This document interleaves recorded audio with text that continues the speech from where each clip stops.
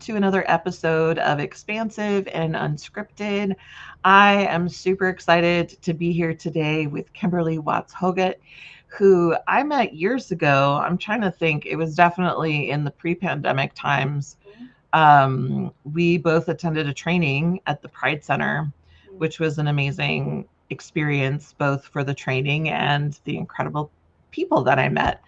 And so since then, we have both grown different businesses and experiences. And so I'm just excited, one, to catch up with you and hear what amazing things you've been doing, but also to share you with people who may not know about you.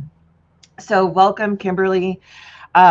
Kimberly is a JD LPC-S, which, if you're a fellow neurodivergent, we like to collect degrees and experiences.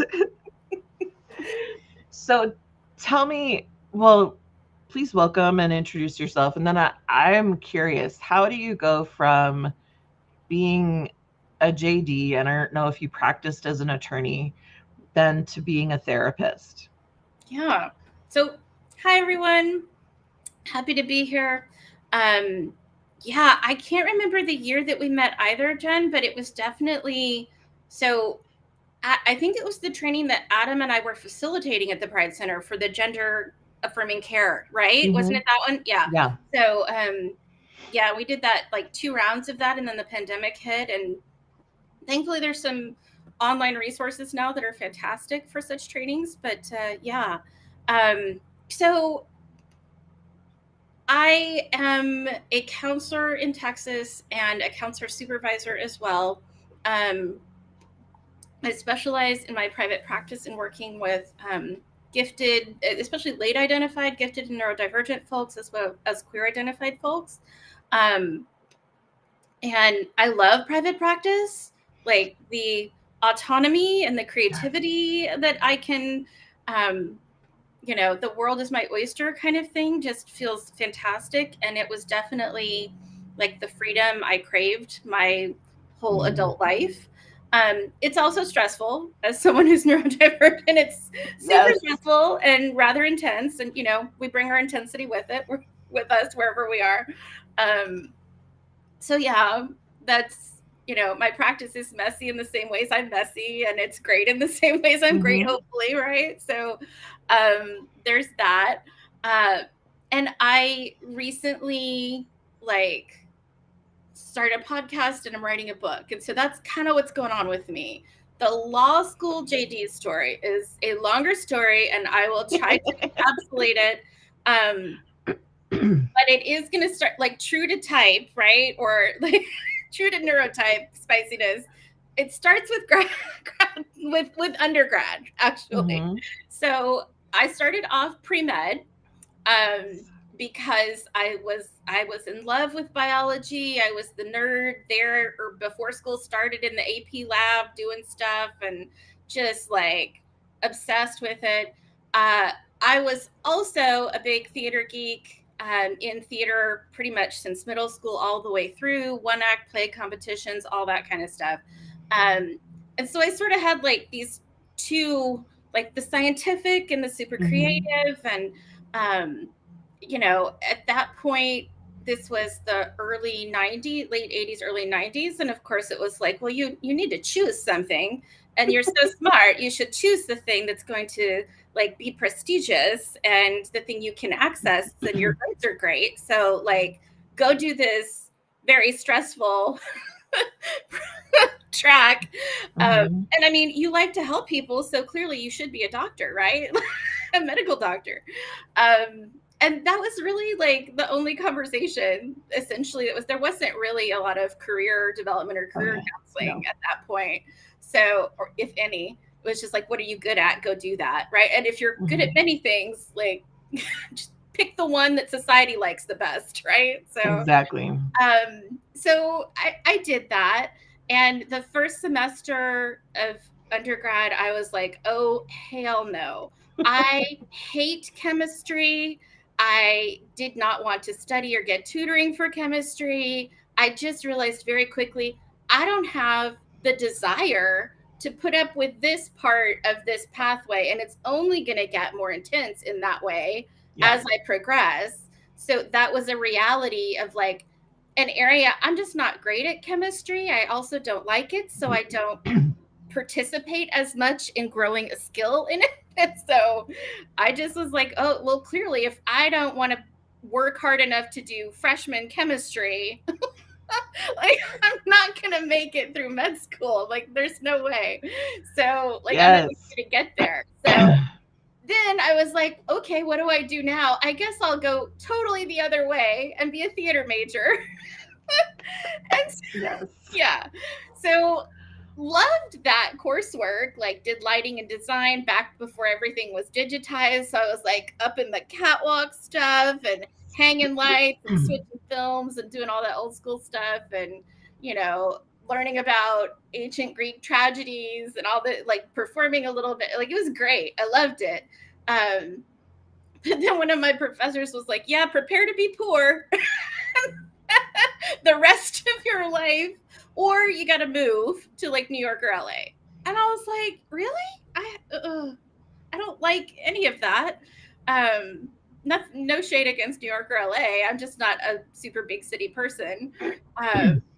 At least not for extended periods of time. So fun to visit, not to live for me. So yeah, I just was kind of a little bit adrift.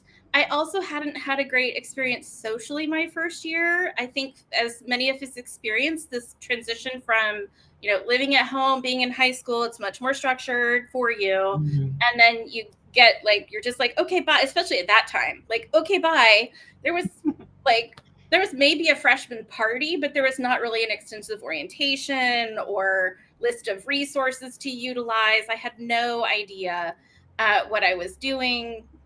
For the first time in my life, my grades weren't great. I think because the first semester I'd taken a bunch of stuff I felt I had to, but I didn't like. Got better with the theater stuff, but I still was just like, eh. And I wasn't super into the university I was at. So I ended up switching and going to University of Incarnate Word, which is where my mom worked. And I was fortunate enough to get some tuition assistance because of that.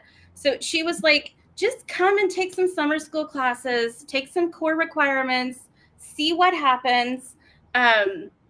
Like maybe you'll really like it. I didn't want to go there because everybody knew me. Like she was an administrator there. Like I had like come in the summertime during high school to help file stuff, right? Like I didn't want to go where all the like people in charge knew me. I was like, that sounds terrible.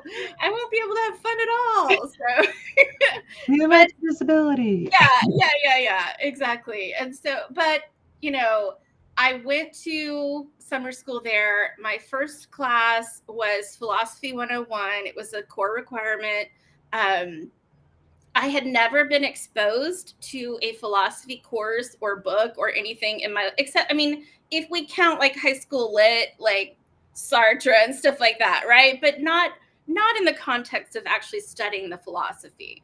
So I went and I fell in love instantly. I was over the moon about my professor, Dr. Bernadette O'Connor, who is still teaching, and she's a rock star in a tiny package. She is just amazing, and I felt really seen and supported by her as well. And it's kind of that thing of like sees like, and there was like an instant energy kind of connection. She's still a mentor to me to this day. So I majored in philosophy, and then I decided to pick up a double major in political science because I like advocacy and thinking about systems and that kind of thing. So I double majored in philosophy and political science, graduated with that degree. But as graduation neared, everyone, and I do mean everyone, was like, what are you going to do with that? You better take the LSAT and go to law school. And I didn't know. I had no earthly idea what I was going to do with that. Like they were like asking me a question I didn't know the answer to. And I just loved the study of all of that stuff. But at the time I was like, I don't want to go get a PhD in philosophy or political science, right? Like, I don't want to do either of those things. And 22-year-old me was like, I've never worked a full-time job in my life. I've just done little piecemeal part-time jobs, which were fun. I love my part-time jobs that I had during college, but like they weren't career opportunities, right? At least I didn't think so. And so I took the LSAT, and my version of neurospiciness and giftedness means I do really well on standardized tests. I have lots of verbal fluency, so ding, and logic skills, so ding, ding, ding. Great score on the LSAT. Went off to UT Austin because that's, what they said I could do with that degree at that time, right? It was like either that or a PhD or go be a server. And I was like, wait, what? Like, I don't understand. Yeah, I don't understand these options. And I will say, the career office at that point was a one-person office. I did go and try to get some guidance, and the gal sat me at a computer and had me take an assessment, which I think was purely interest-based at that point. And the top 3 choices were doctor, lawyer, movie producer. And I was like, well, 2 of those things I've sort of tried already. So I guess off to law school I go, right? Like, that's amazing. It was so, like, not helpful and not expansive and not how I looked at the world or moved through the world. But I'm not going to lie, I liked the prestige of being like, I'm going to UT Law School, right? Like, there was a little, it certainly felt better when people asked me what I was doing to be able to have that as an answer. And it was, honestly, it was a mask, quite frankly. I was like, well, I mean, everybody always told me I could be a good lawyer because I was argumentative. Yeah, right? Like, it's all the things you get told. Like, you're extra, you're so much, use that energy, like, go help people, be a warrior for people. And I am a warrior for people, just not in that way, right? So I got there. It was a similar experience all over again. I did not like the first year experience. I was like sitting in these huge classes thinking, what am I doing here? The kind of learning in the first year was very much straight, like just a lecture and read. There was not a lot of interactive anything, and straight up a shit ton of misogyny that I was not prepared for. A lot. And I think coming from Incarnate Word, which was run by nuns initially and still had a very girl power kind of vibe to it, like, that was shocking to me, and I wasn't prepared for it. Like, we were, I don't know, it's just really dog eat dog. At least it was at that point. I had, like, people were tearing pages out of books in the library to disadvantage their peers, to, like, it was so, like, values wise against everything, like, I really want to be and how I want to interact with people in the world. And like, not to, like, disparage lawyers as a whole, but it was a Shark Tank essentially, and I did not like it. I was not interested in most of the first year courses, and so I did not study. And I would, like, try and do what I had done through undergrad and read the night before the one test at the end of the semester. And for the first time ever, I was on academic probation after that first semester. And the existential shame and angst I felt from that, because I very much over-identified with my performance abilities in scholastic endeavors.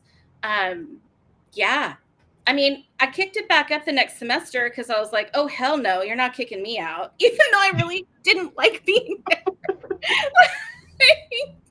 If I leave, it's my choice, not yours. Correct. Yeah.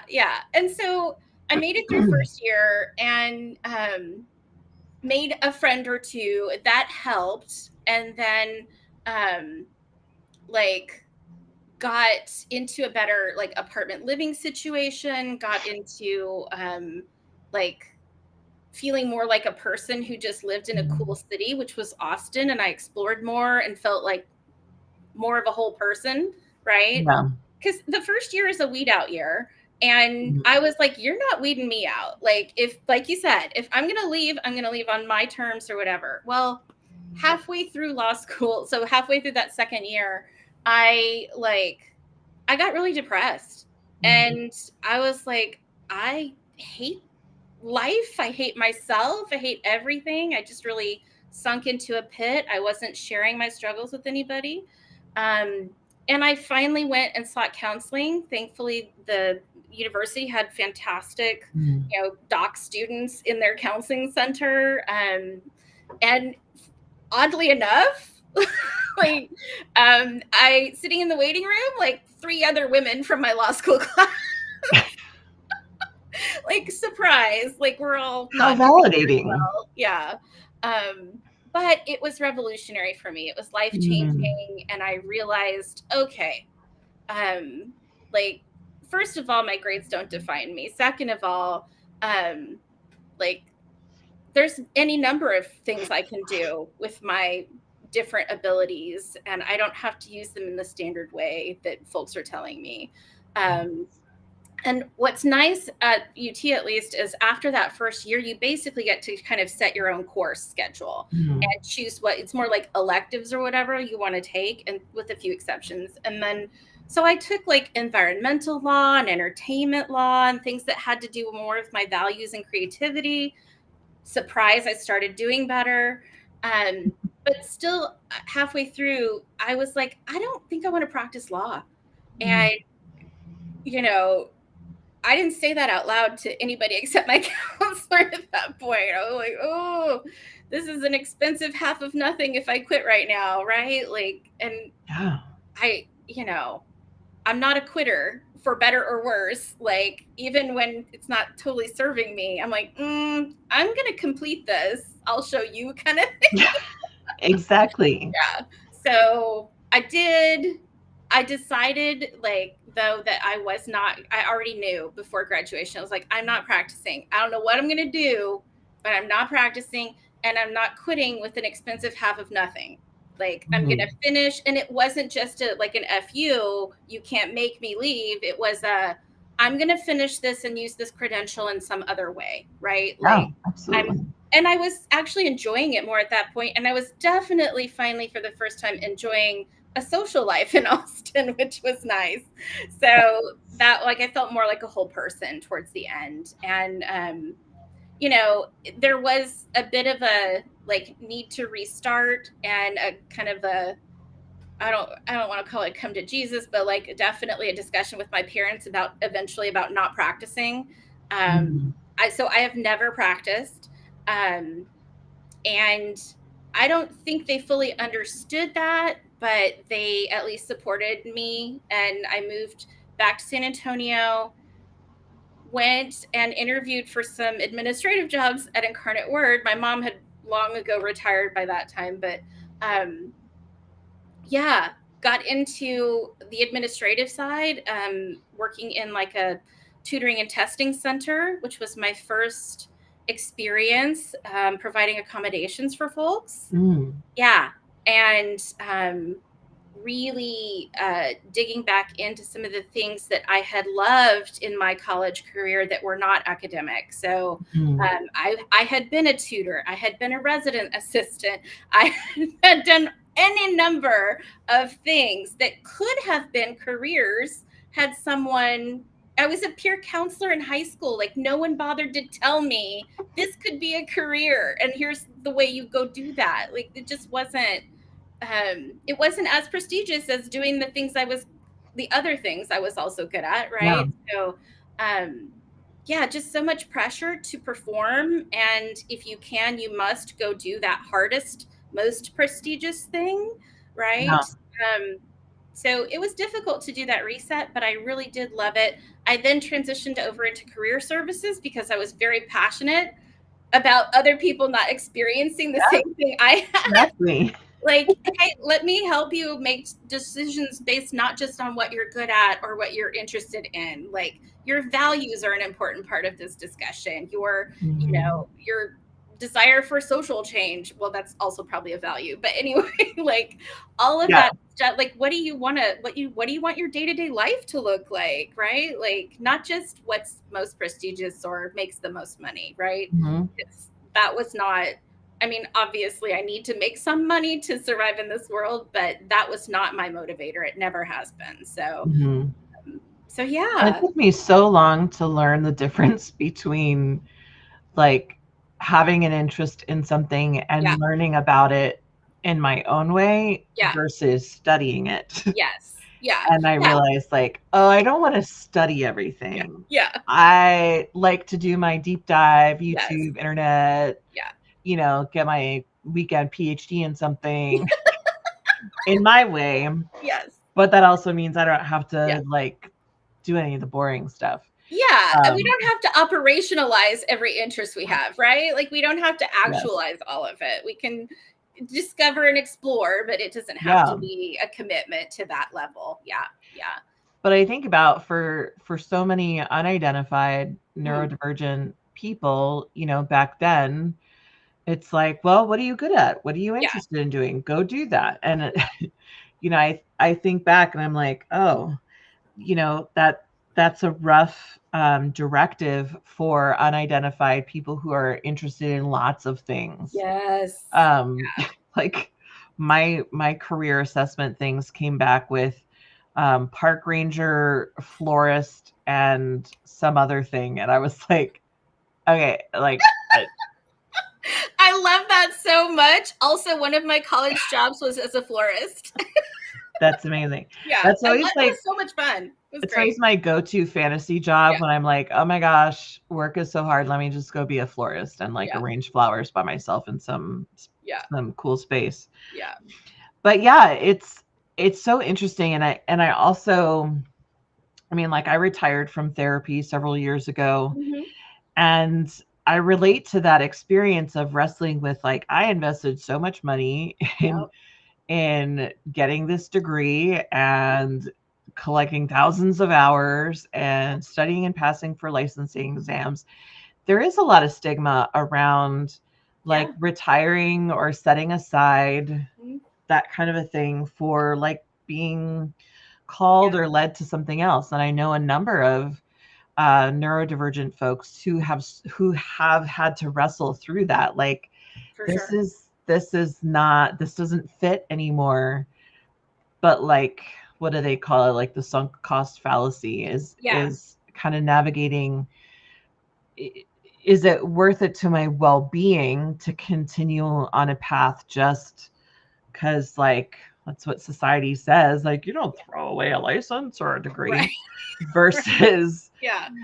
okay, but like the more I learn about myself, the more I realize this is not a fit. Yeah, it's not serving you. Absolutely. And so I landed in higher ed administration, and it was kind of the like realization of like, oh, these are the people I work with now who I most enjoyed being around when I was a student. Like aside from a few professors, like these are the folks that are like helping people live a joyful, rich life and like creating cool experiences and helping folks who need accommodations. And like, I actually became a disability liaison with the Disability Services Office back at that time. And it was really my first experience being exposed to any kind of, aside from giftedness, any kind of other neurodivergence or disability of some kind. And so it was fascinating to me. And I was, in awe of how easy it was to help someone thrive if we Mm, simply made very simple accommodations. If we yes. just delivered things in different ways, different media, if we gave someone a more quiet space with less distraction, if we read something to someone rather than them having to read it because their dyslexia was so bad, right? Like Yes. all of these things. And it was just like, why is this not just normal? Why do we not? It was, Okay. yes, And so, like, taking that with me to that experience with me, I then was in career services for about 12 years, maybe 13. And like taking that with me into the career realm too, of like, hey, let's actually provide some workshops for neurodivergent folks so that they understand the interview process, because it is Mhm. a fucking other language, and Yes. it is a bunch of secret social questions that's trickery, right? And like Yes. not fair, because there's just a ton of stuff that's assumed that one knows, assumed that one can operate in that way. And it's unfortunate for both sides, because Mhm. folks interviewing don't get opportunities, and quite frankly, the workplaces that may really need them and their different abilities and unique perspectives don't get the diversity that could really help them thrive. So Exactly. I got really passionate about that, and then while I was doing that, went back to grad school for counseling, and that was really, I could tell instantly, like, oh, these are my peeps. Like, these are like, this feels good, Yes. right? Sometimes we have to like Goldilocks our way through life, right? Like, no, that's not, and Yeah. that's not right. Ooh, this is Yeah. just right. Yes, exactly. Like this is the place that balances Yes, and brings incorporates, together. yeah, incorporates a lot of my different interests, and I can Yes. use my different skills. And honestly, I can use my overexcitabilities and my special quirkiness and neurospiciness to Mhm. really help people, like to Yes. help people like embrace themselves fully, to help them thrive, to help them make hard choices that society thinks are bad or weird or dumb or whatever, like just to be more authentically yourself. And I fucking love that about my job. It's the best thing. Yes. Yeah. Yes. Well, and I'm sure your clients absolutely love that about your job too, because it's such, as a fellow late identified person,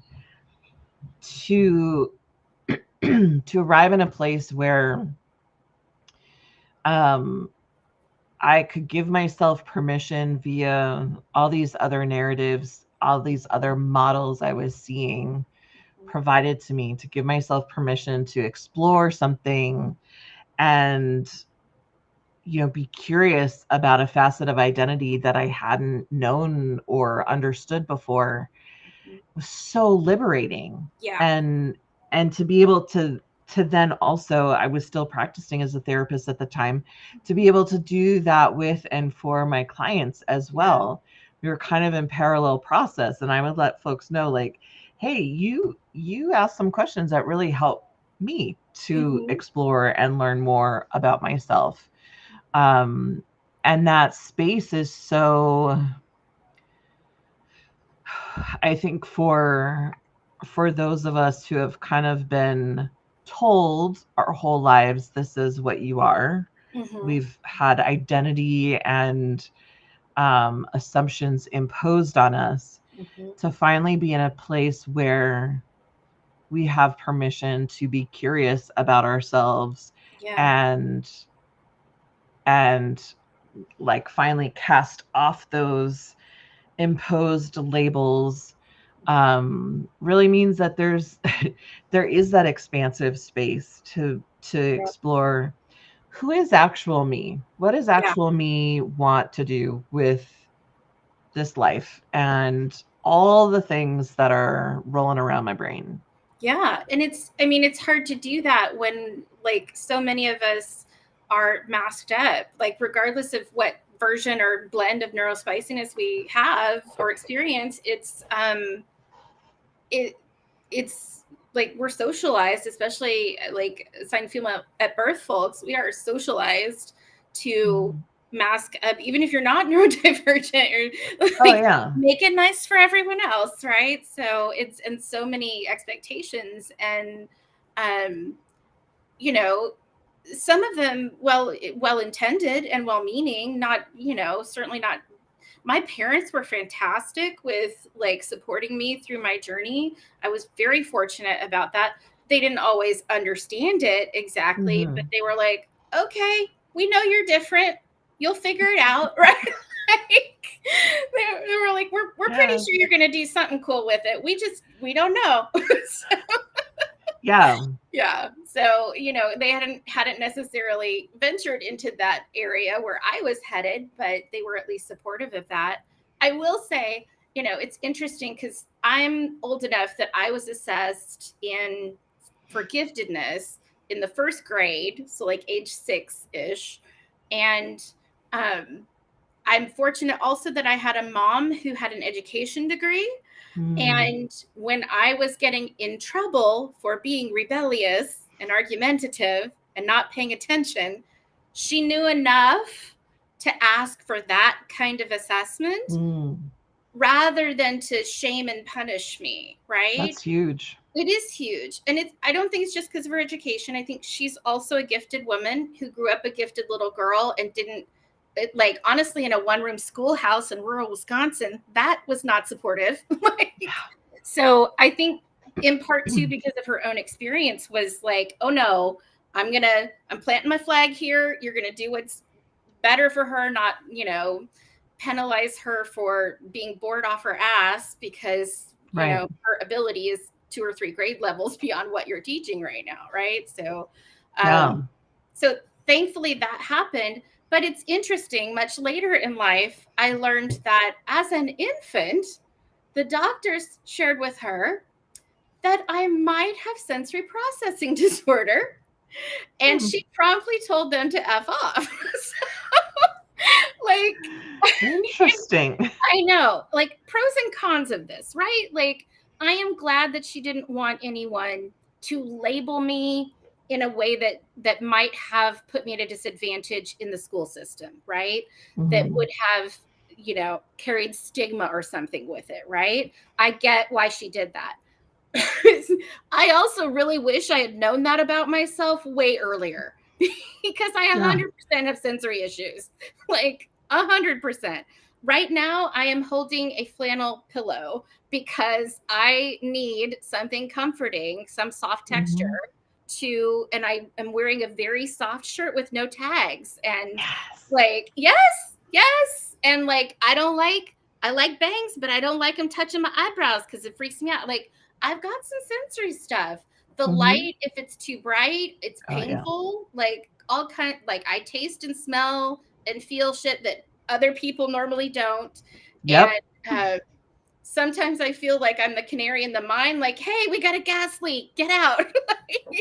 Yes. But other times it's really like inconvenient for people, or they can be very dismissive about it. So I think my mom did a good job of like trying to tend to those needs. Like you're just sensitive. Like, yeah, very, very, very sensitive. So I'm glad she did not let people pathologize my sensory needs. But I do wish I'd had that nugget of wisdom earlier, because I think it would have helped me accept and tend to my differences better and earlier.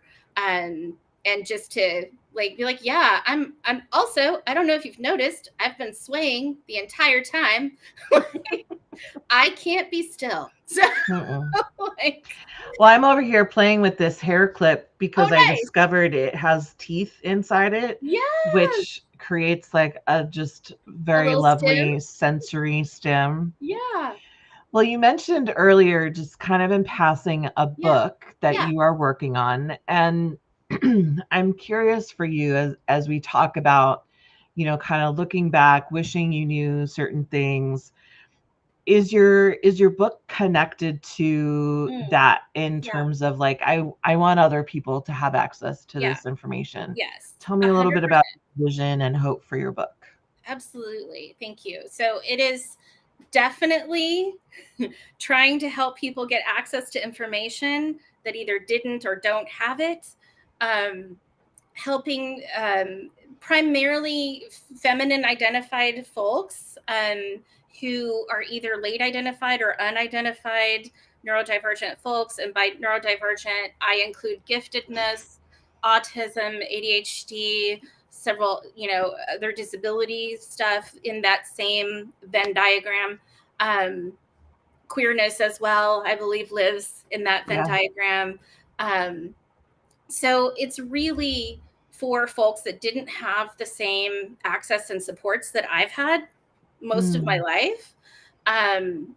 Maybe not access to the same level of education, maybe just not the same level of gifted drive to like fight some systems and do my own thing, right? And so it's a very sassy, irreverent, like Gifted Gal's Guide to is kind of the working title. I want it to feel like a kiki over coffee or something, where someone who hasn't had this information but has wondered why they're so different their whole lives, has wondered why they feel out of place or they don't fit, why people look at them weirdly when they say something that just seems so very obvious to them. Why they struggle to have, fulfilling relationships or a fulfilling education or career path, right? Like I'm trying to simplify and make it fun so that folks can digest some, like, what even is this G word giftedness, and also trying to kind of make it accessible for marginalized folks as well. Right? So like it does have an elitist history. Like we have to recognize that. And of all the forms of neurodivergence, it's like considered the positive one, right? Like which is such BS, because like superpowers and challenges with all of them, quite frankly, right? So it is, I'm trying to kind of demystify the word. It's not the greatest word. I wish we had a better word, but for it is the word, I have to say, and I say this in the book, it is the word that helped me through a system that otherwise I would have floundered in and probably been kicked out of, right? So and it is still the framing in like K through 12 for sure, that can help people at least get access to like some accelerated learning and maybe some different modalities, right? So I think for that reason, I still want to use the term, but I'm trying to make it more accessible and not, we may have some super excitabilities. We have some overexcitabilities, if you want to say it that way, right? But it doesn't mean we're better than. It's we are special in our own way, but not better than, not superior to. Yes. I appreciate that you're tackling that conversation. That's like a whole other show that I want to have at some point. Which I will let you know about. But I love, sassy and irreverent. Yes, please sign me up.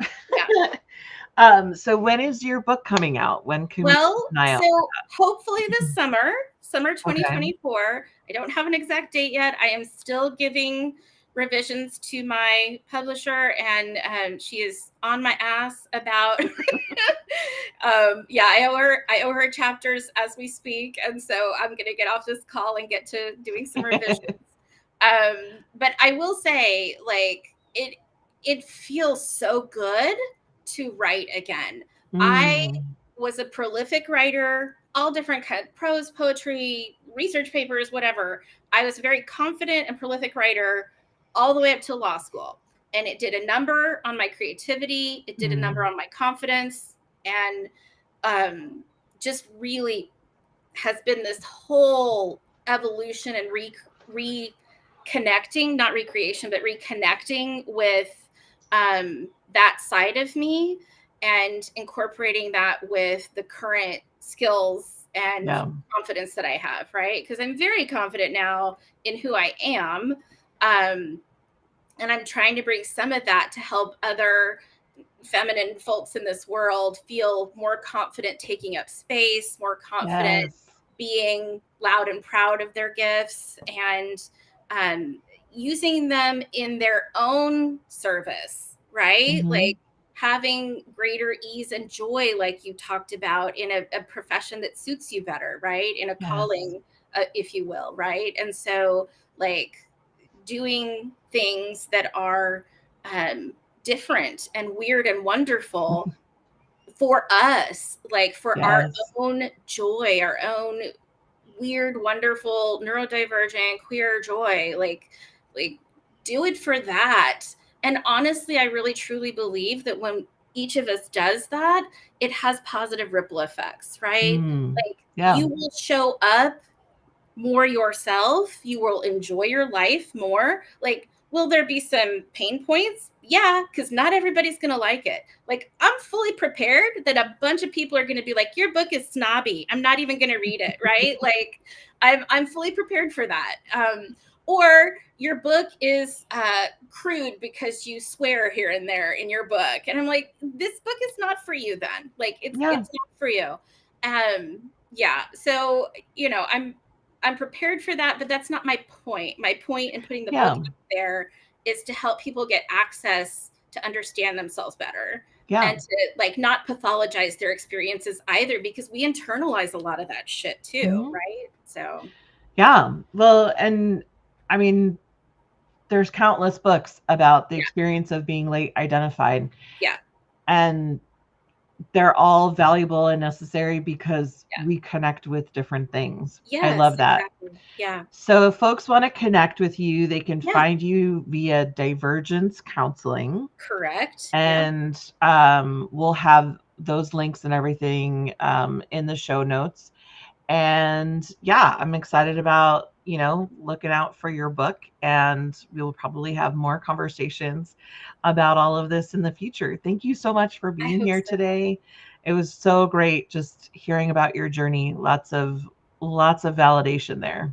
Thank you, Jennifer. Likewise. And I love what you're doing. I love that you've taken a different path and really made it your own. This is such a wonderful podcast, and I look forward to future collaborations with you for sure. Yes.